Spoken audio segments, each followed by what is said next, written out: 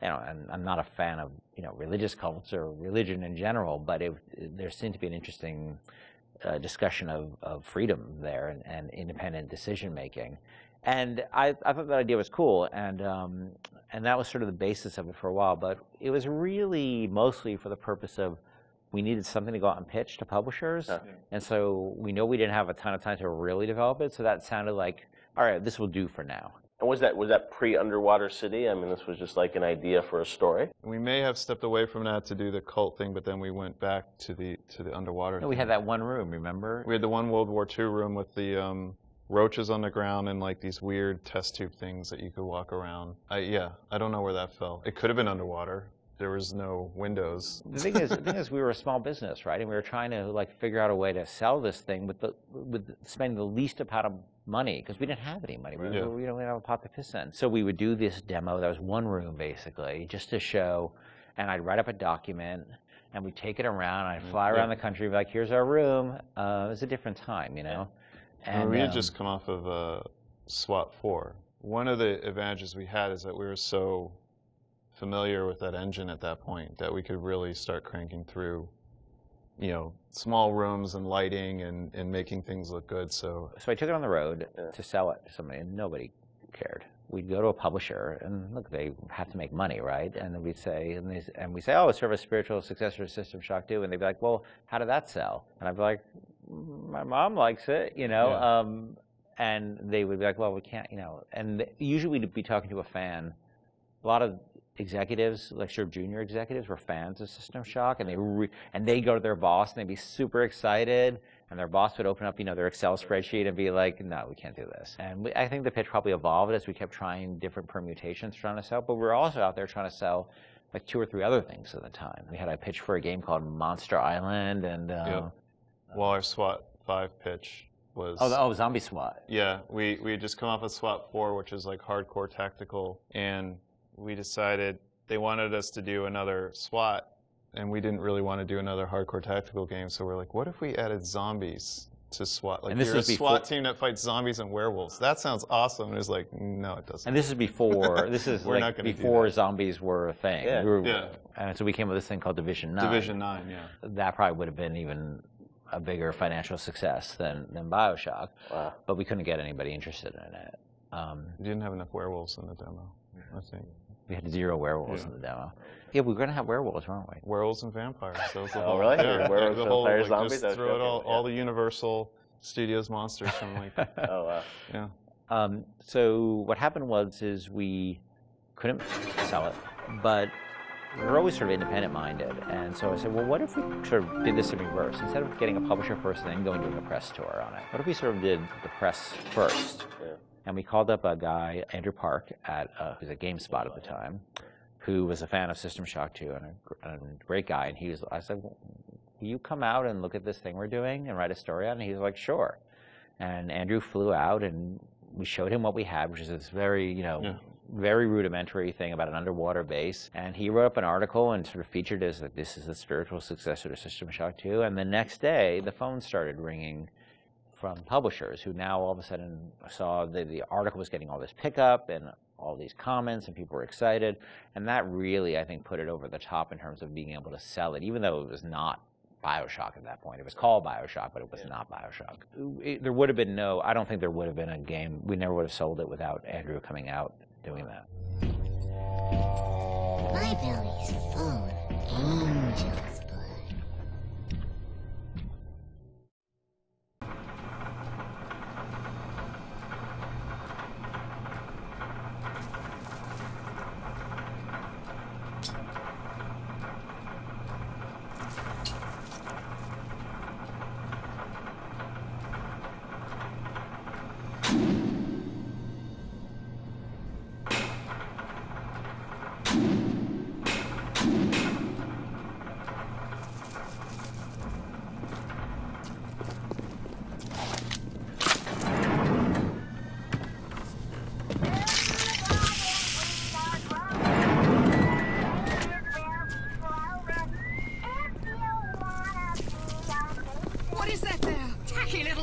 Andrew Ryan asks you a simple question. Are you a man or a slave? Stop running like a fool!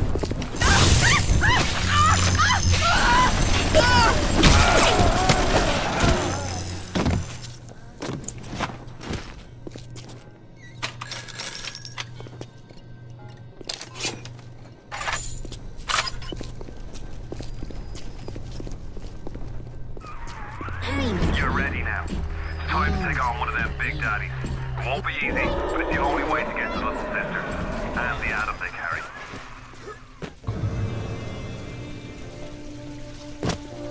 New angels bring new Adam.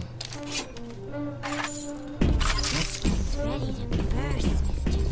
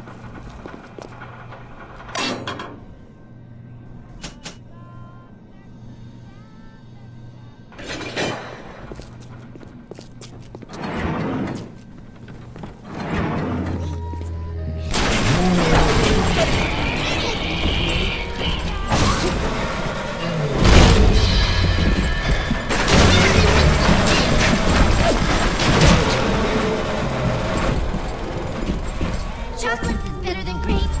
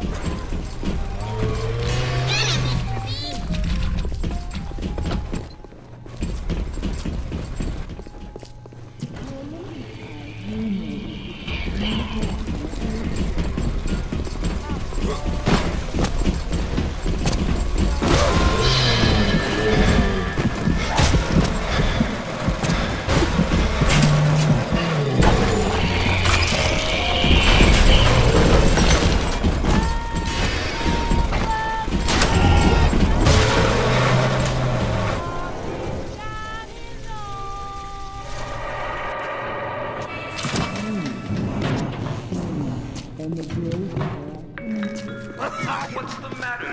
You look like you were supposed. I don't feel so great. I'm dizzy, I'm nauseous, and sometimes I'm even seeing things that aren't there. That's just the plasmid blues, Mary. You just need to slow down a bit on the splicing. Before you know it, you'll be as bright as rain. Remember, a smart splicer is a happy splicer.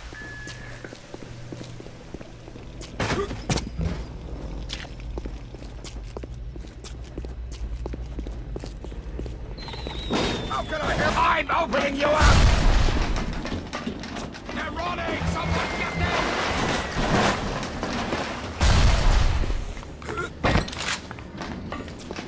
Why are you dragging out your... Security alert reactivated. Thank you for your patience.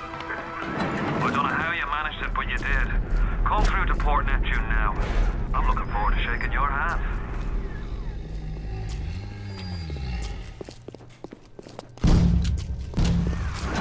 Are you almost back to emergency access? Come through as soon as you get there. You got Ryan's eye now. You won't hear him coming, but he'll be there before you know it.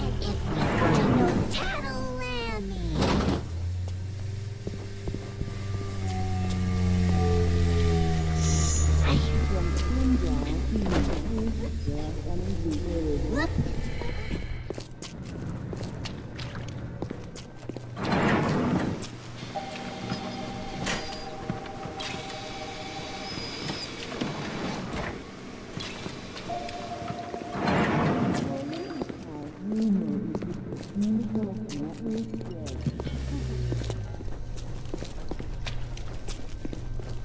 your faces are melted!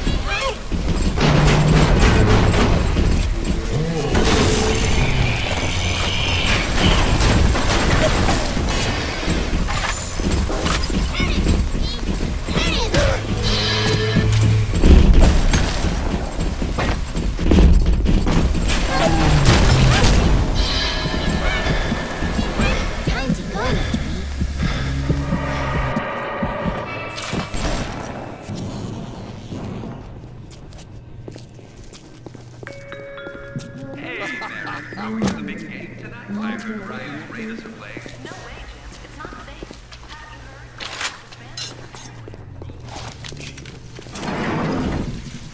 you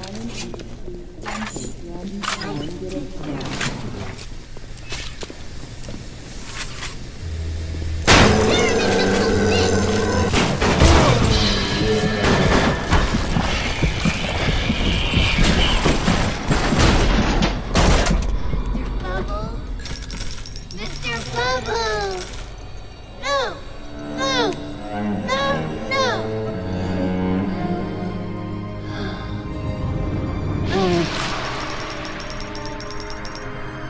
Thank you. Thank you.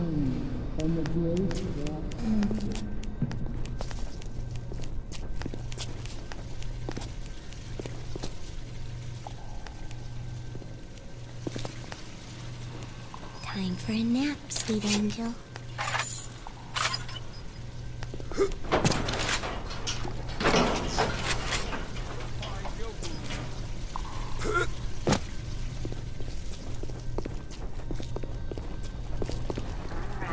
keep your parasite?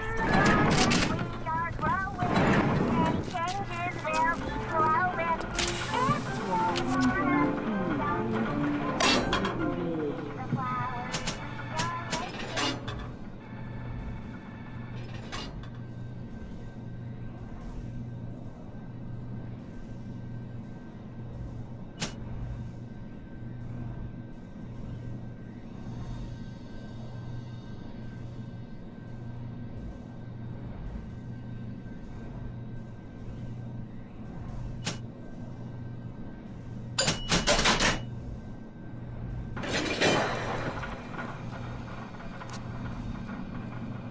flowers.